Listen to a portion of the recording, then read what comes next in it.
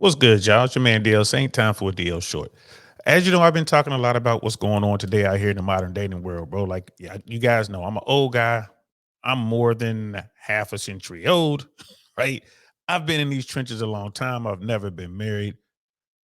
I know what the game used to be, what the game is, and we're all trying to figure out what the game is going to be going into the future. And I can tell you right now, I don't recognize today's modern dating landscape. It's completely upside down. Now, why is that? Mostly because of societal norms shifting, technology changing, and it's just made it more difficult to get out there and get after it. Now, when I say that, what I mean is it has made it more difficult for the bottom 80% of men who most women find unattractive in the first place. Now, the technology, feminism, this new emboldened, sexually liberated woman that's out there now, they're all going after the top 20% guys, which means if you're already in the top 20%, or if you could work your way up into that, if you could become what women are attracted to, the game has never been easier. I know it sounds crazy, right? Like, yo, DL, on the one hand, you're saying it's hard as it's ever been, it's crazy. But on the other hand, you're saying it's the easiest you've ever seen it. Well, that's just how the game goes. If you are what women are looking for, you're going to be able to meet women all the time, and it's a numbers game. You're going to get lucky, or you're going to be able to accomplish your mission if, in fact, your mission is to sleep with a woman, or your mission is to go out on a date with a woman, have a beautiful woman on your arm, get married, whatever the case may be. If you are in that top 20 percentile of what women want. But if you're not in that top 20%, it's going to be very, very difficult. And there are no cheat codes. You can't go online dating. That's not going to help you. Like, you can't go to a speed dating event. That's not going to help you.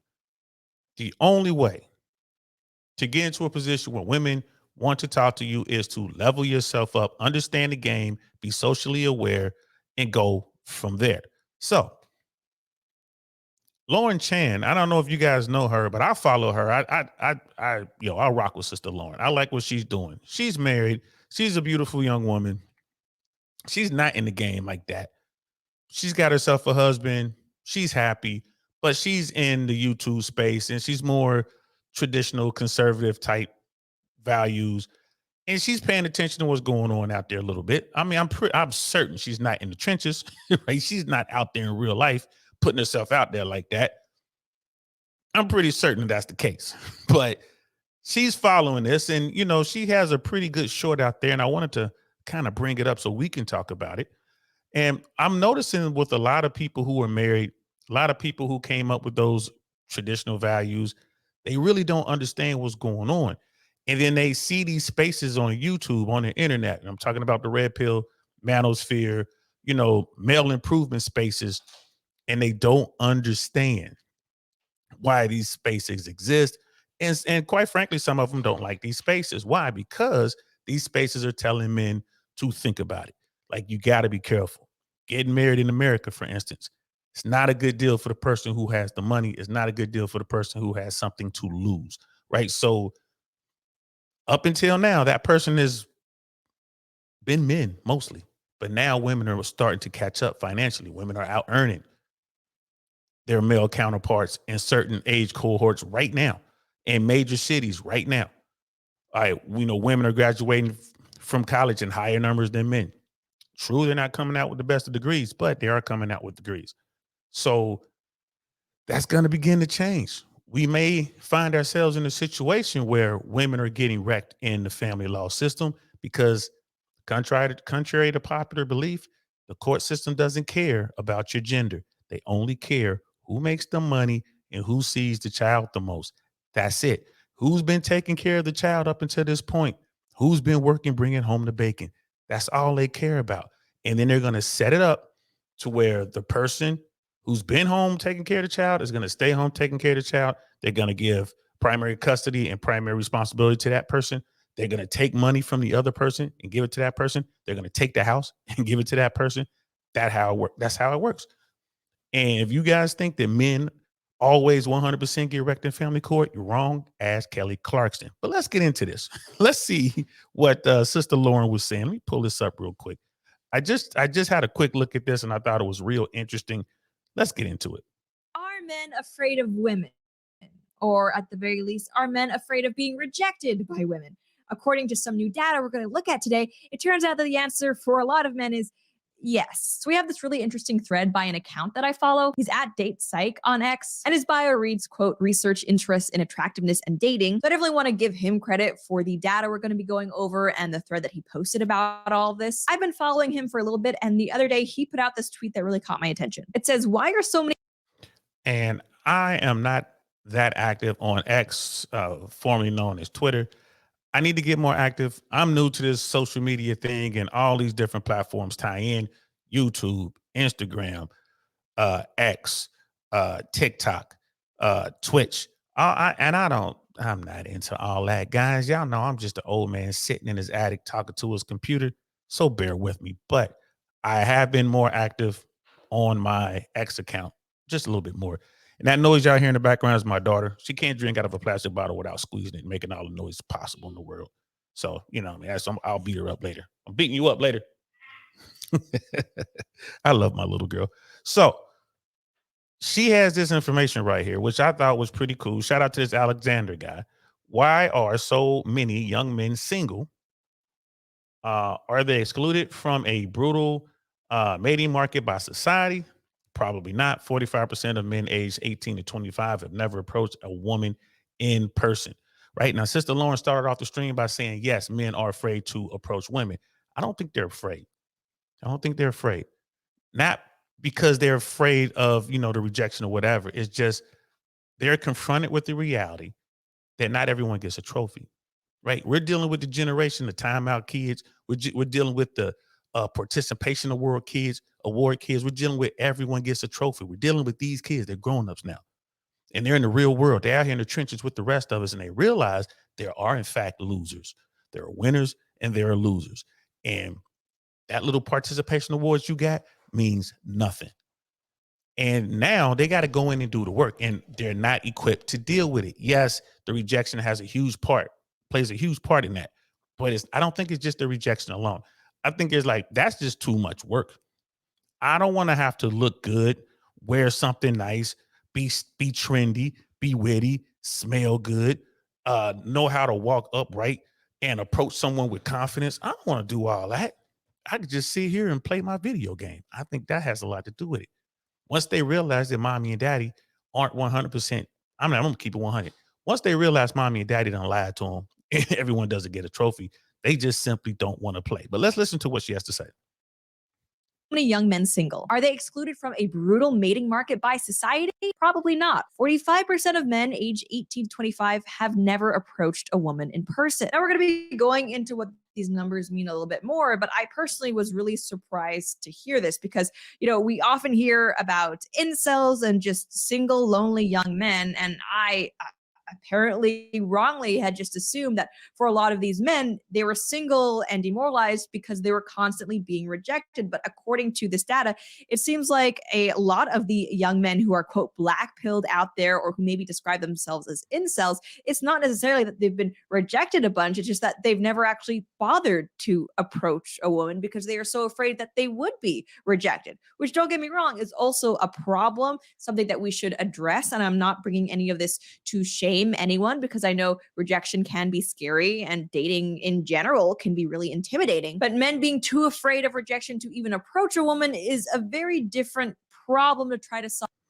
Listen, she doesn't want to ruffle your feathers, but I will. Quit being little punks. If y'all want to talk to somebody, y'all going to have to get out there and get dirty. Y'all going to have to get out there, get your hands dirty, get some dirt up under your nails. You want to get out there and meet a woman or get that dream job or play on the high school football team, make varsity, you're going to have to go out there and work for it. Everyone does not get a trophy, gentlemen. Remember that. That's how it works. See that flag behind me? You want to be airborne? You don't get those wings if you're a loser. You got 3 weeks to make it happen. 3 weeks. It ends with 5 jumps. 5 jumps. There is no everybody gets a trophy. Either you complete the training or you don't. Either you pass or you fail. You are a go or a no go. That is how the world works. Everybody's out here worried about your feelings. Uncle Saint don't care about your feelings. Your feelings are your problem. If you want to get out here and be successful, you're going to have to push through that. That's just how it works, gentlemen. That made you mad. Oh, well, I don't care. Stay in the basement, play your video games, keep eating some more Cheetos. I don't care. You want to be a basement dweller? That's on you. Do it. But there are a lot of guys out there in that 45% who realize the juice isn't worth the squeeze. They're like, you know what? I don't want to deal with this. I went up and talked to some chubby five and she gave me a hard time. And when I finally did get with her, it wasn't worth all the effort. You got that too. There's a lot of that going on. But let's continue with the video. Solve than men constantly being rejected by women. But let's get to what this data actually says. So it's explained here with these charts that, quote, a sizable minority of men are not approaching women at all. In the entire data set, 29% of men said they never approached a woman in person before. 27% said it had been more than 1 year. This was larger for men in the age 18 to 25 group. 45% had never approached a woman in person. So you guys, you heard that right. For men ages 18 to 25 who should in theory be in their prime years for dating, getting out there, meeting different people, almost one half of them have never even approached a woman. Now we're going to go. And the reason that is because mommy and daddy bulldozed all their problems out of their way when they were kids. All this is to me is a huge chunk of these dudes in the minority, the dudes in the bottom 80. That's what we're talking about. It's a huge chunk of the dudes in the bottom 80 who've never had to do for themselves, period. They've never had to go out and get anything. And now they're faced with that. Mommy can't bring you a baddie.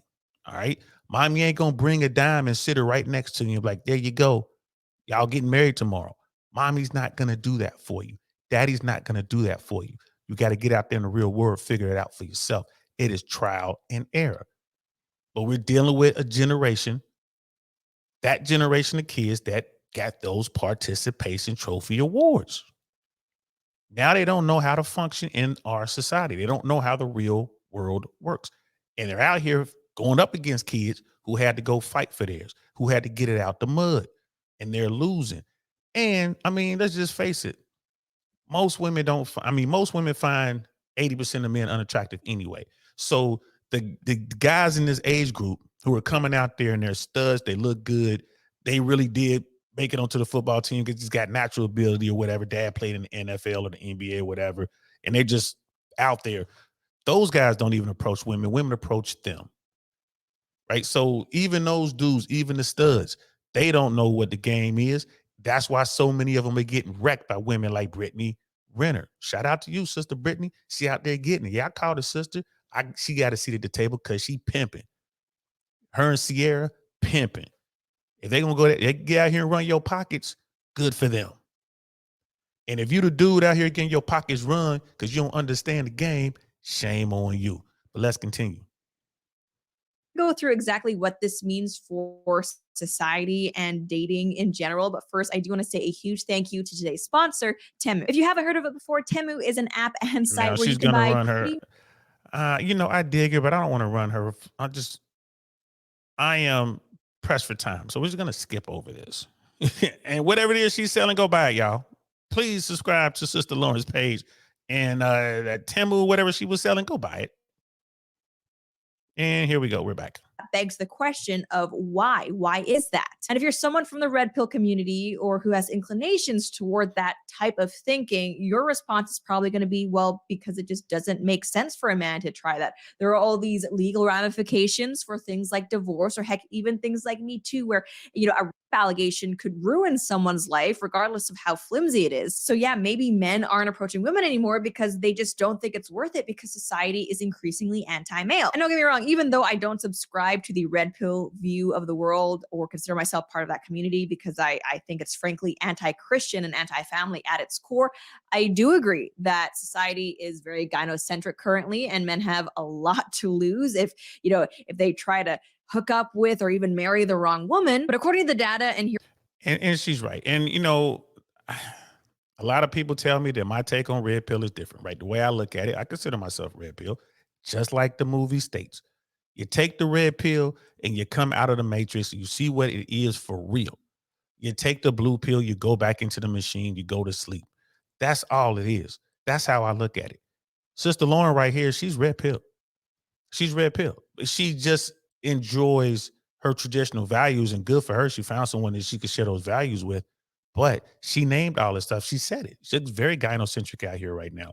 She just said it. Women are making accusations, outright lying on people, ruining good men, and they're not being held to account for it. That just happened with that Major League Baseball pitcher, right? And that one woman who lied, and it took him 2 years to clear his name. 2 years and probably what, 20 or $30 million lost trying to clear his name. Nothing's gonna happen to her. There was that sister that black girl who lied and about seeing a baby walking down the street or whatever, walking down the freeway, and then disappeared and said she got kidnapped. She lied. She got a year in jail. That's it. Smack on the wrist. Smack on the wrist. Right. It happens over and over and over and over again. Right. That is a big thing. When people come holler at me and we talk about the red pill, I just want people to be aware. If you want to go out and get married, fine. Just understand that 70 to 80% of the time, divorce is initiated by women. If you want to get married, get married. That's fine. Right? I tell guys all the time, if you don't have anything to lose and you have some woman who makes more than you, who has a brighter future than you, and she wants to marry you, by all means do it. Hurry up and marry her. Go to Vegas, that drive-through marriage thing, and sign those papers. No prenup. And then when she decides to divorce you, the only thing that's going to slow her down is the fact that she's going to have to give up about half of her stuff to leave you. Right? Family court is not gender based. It's not gender biased. All they want to know is who has the money and who doesn't, and they're going to redistribute that wealth. That's all it means. If she got the bread and she wants to get married, man, get down to get married. If you got the bread and you want to get married, you need to think about it. That's all I'm saying. Let's continue. Here we have something else that's pretty shocking. No, those reasons do not top the list of why men are not approaching women. You see, here we have another graph that breaks down the data. And while we can see that around 25% of those who describe themselves as black pill, yes, do not approach women because of a fear of legal consequences, for the overall population, that number is way, way lower at only around 10%. Instead, we see bigger contributing factors for both black pilled and all men include things like not being attracted to anyone, which, okay, that's a pretty good reason to not approach someone. Also, the amorphous other, but then higher up there is a fear of social consequences. Now, I suppose social consequences for approaching a woman could include things like, being labeled creepy or even a harasser. So, I mean, that's fair enough. That's definitely a realm where we can talk about how the Me Too movement may have been overzealous in its execution. So, what's But even when you look at that, no one wants to be creepy. Look at gym memberships around the country. Men aren't going in the gym anymore because women are in there filming themselves wearing next to nothing and calling dudes creepy if they see them. And those same women are trying to talk to guys. They won't even let dudes work out. They are harassing dudes in the gym to the point where dudes don't even go to the gym anymore. Just think about that. Dudes aren't in there calling the women creepy. Like, lady, you weird. You sitting over there setting up your little video camera so you can, add to your OF account or add to your TikTok trying to get likes and views. You're not working out. You're thirst trapping. Dudes are actually trying to work out. And when a guy comes over, hey, how many more sets you got over here? Which is normal gym culture. Oh my God, leave me alone. I'll let you know when I finish. He's being so creepy. He's being weird. Help, help, help, help, help, help. Get out the gym. Get out the gym. And y'all seen the videos of women getting kicked out the gym. A lot of those women are toning it back. So they realize that, you know what? Okay, ladies, men don't run the world, but they run the gym world. They'll kick you out that gym in a heartbeat. Right? This is just some of the stuff. But yeah, it has those negative connotations. You can lose your job. If you're not an attractive person and you brush up against somebody or whatever, or some woman says something about you, you can lose your job. You got to be careful. You must be socially aware. You have to be socially in tuned to what's going on around you. And don't sit back and be mad because Chad over there can walk over there and put his hand on the small of anybody's back in the office and they're going to love it and whatever and be like, oh my God, he's so good. Let's go get coffee. And you try to do what Chad does. You try to do what Tyrone does. You're going to lose your job. Right. Again, that's just how it goes, man. That's the game. Don't hate the players, hate the game. But she's right. Guys have a lot to lose. But even still, there are dudes out there trying to figure it out. But let's continue.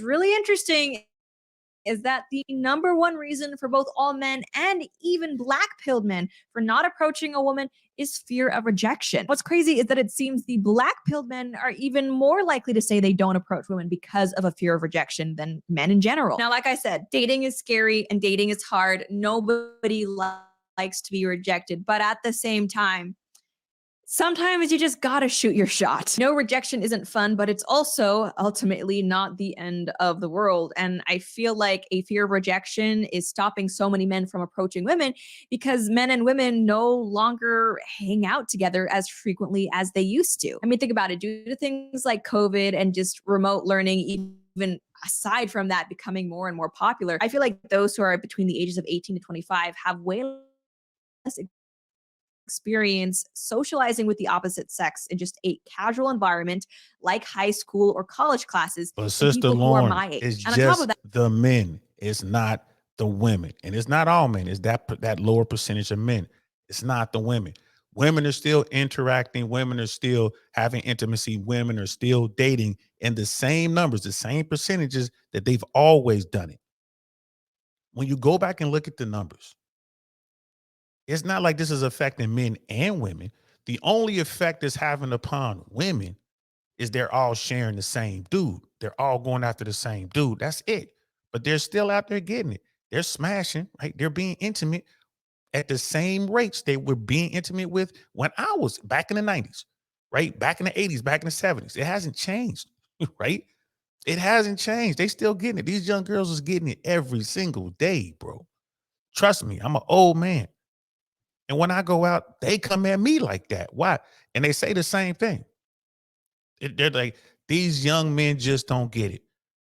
They're not socially in tune. They don't use those words. I'm paraphrasing, but that's basically what they're saying. These young dudes are weirdos. They don't even want to approach me.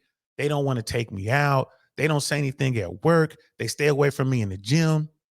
So these women will go see someone they like, or they might be out somewhere. They'll pull up next to me or pull up next to somebody like Fresh at the bar, pull up next to a Troy Francis and just give them the gang because they are still being intimate at the same rates that they have always been intimate.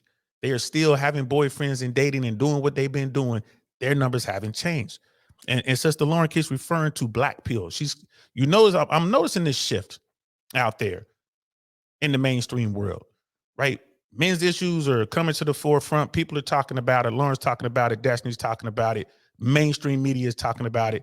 Scott Galloway's talking about it. Bill Maher is talking about it, right? People are talking. Bill Burr is making jokes about it. It is these male issues are starting to flow into mainstream media, right? Okay.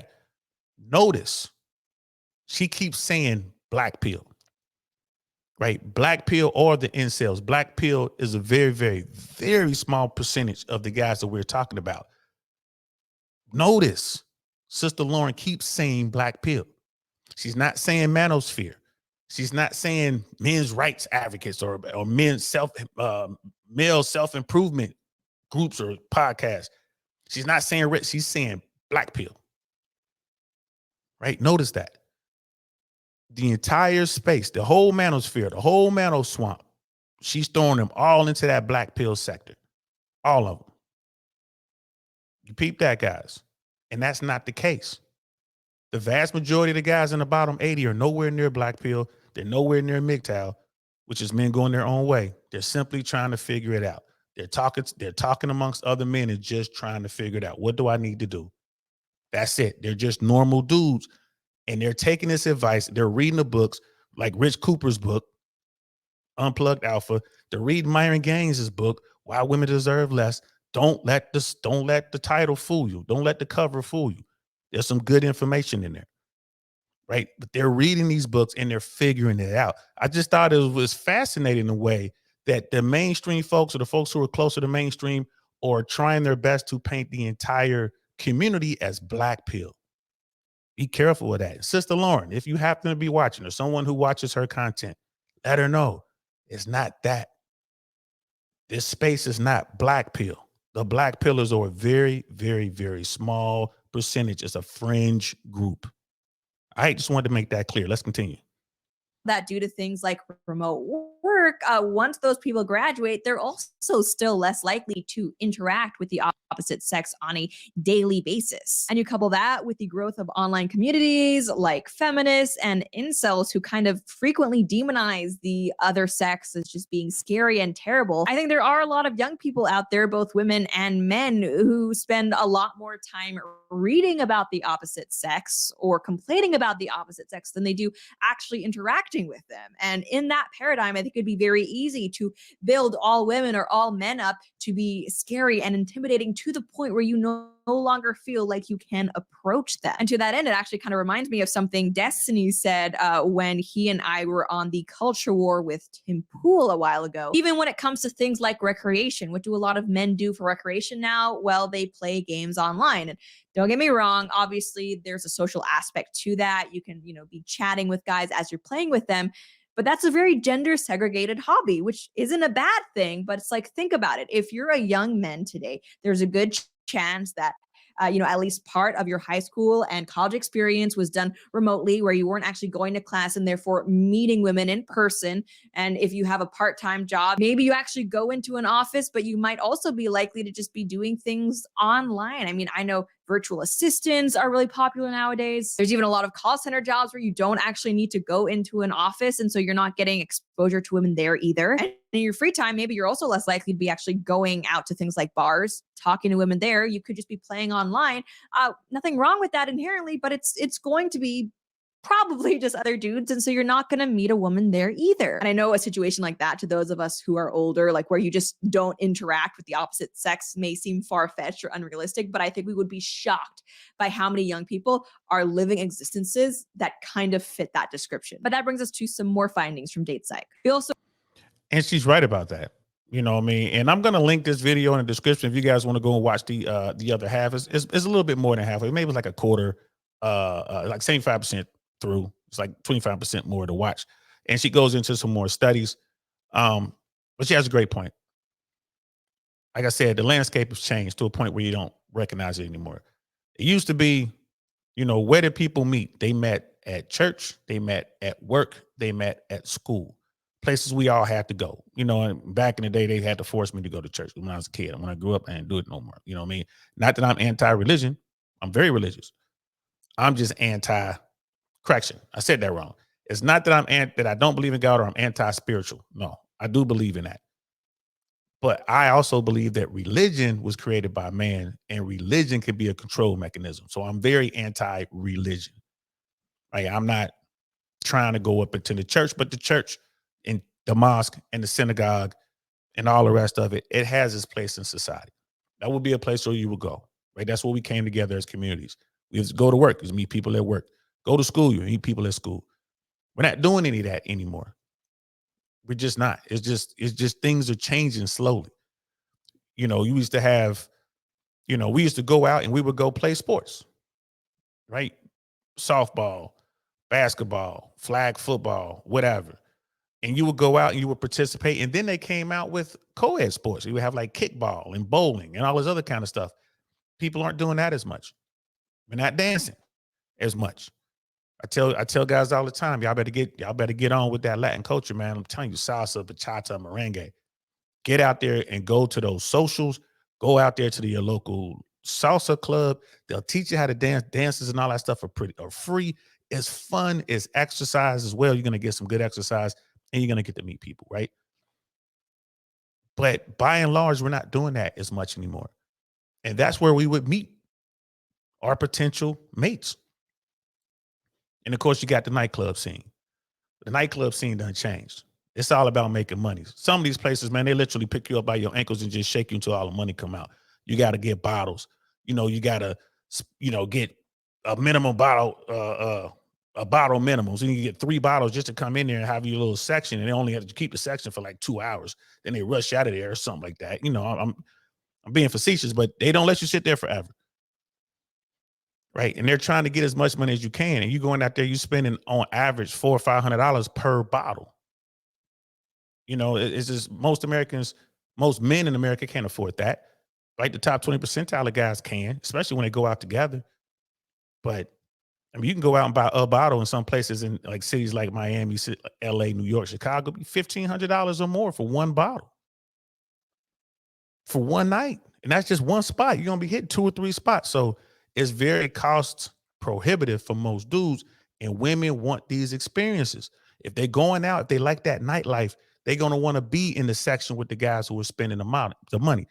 And there are women going out there with their money. Like I told you, I was in the club in Komodo about a year and a half ago, maybe 2 years ago. I was with Fresh and Chris from the Fresh and Fit podcast. We was sitting there at our table, Chris and Fresh, they had about 4 bottles sitting there, 3 or 4 bottles. The booth next to us was a young woman on her birthday. She's about 26 years old, bro. Man, she had at least twice that. Bottles just coming out. 1942 coming out. XO Hennessy coming out. You know what I mean? She's like getting the best, it's like, yo, like what's going on? She had a bottle of Casa Azul coming out. I'm just like, boy, the first 4 bottles were at least $2,000 each. Like $2,000 each. And the bottles just kept coming. How you gonna compete with that? Your dudes, women in nightclub situations won't even talk to a guy if he doesn't have a section. If he's just out there walking around at the bar or whatever, she's not even listening to you, bro. It's just, again, the game has changed. You got to know how to work the game. And a lot of these guys, yes, they're afraid of rejection. That's the thing. But even more so, they believe the juice is not worth the squeeze. That's it. That's what it boils down to. And for those guys who do go out and they meet a woman, it's like, oh man, she's pretty cool. He's still looking at taking her out to nice restaurants, taking her out to concerts, and taking her out to different events, and providing her with these experiences. And she doesn't have to spend a dime. So when the guys in the red pill community give you the game, it's like, bro, you take a girl out for the first night, you better not take her to the nicest steakhouse in your town. You better take her out for some coffee. You better take her out for a salad at the chop shop or some salad place, or take her out for a smoothie and walk around the park. You better do that for 3 or 4 or 5 dates and see how she acts.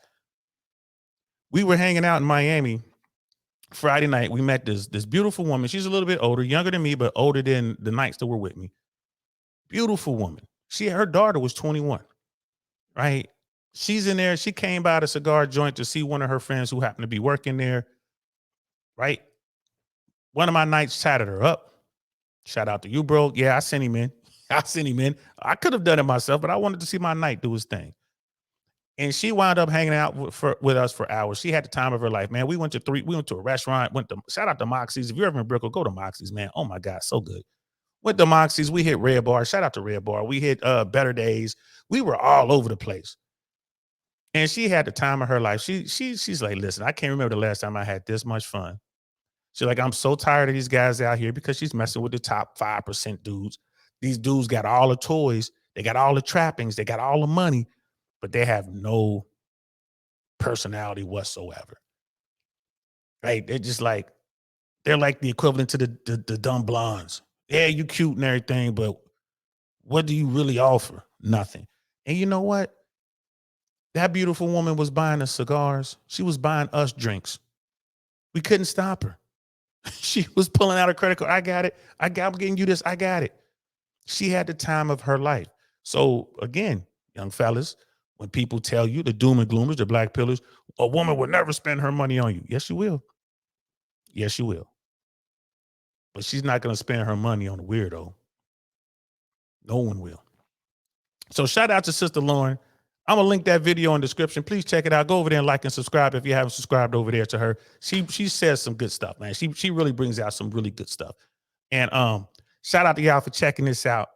Y'all know what it is. I'm DL Saint. This has been a DL Short. I gotta go. I'm gonna talk to y'all later. Peace.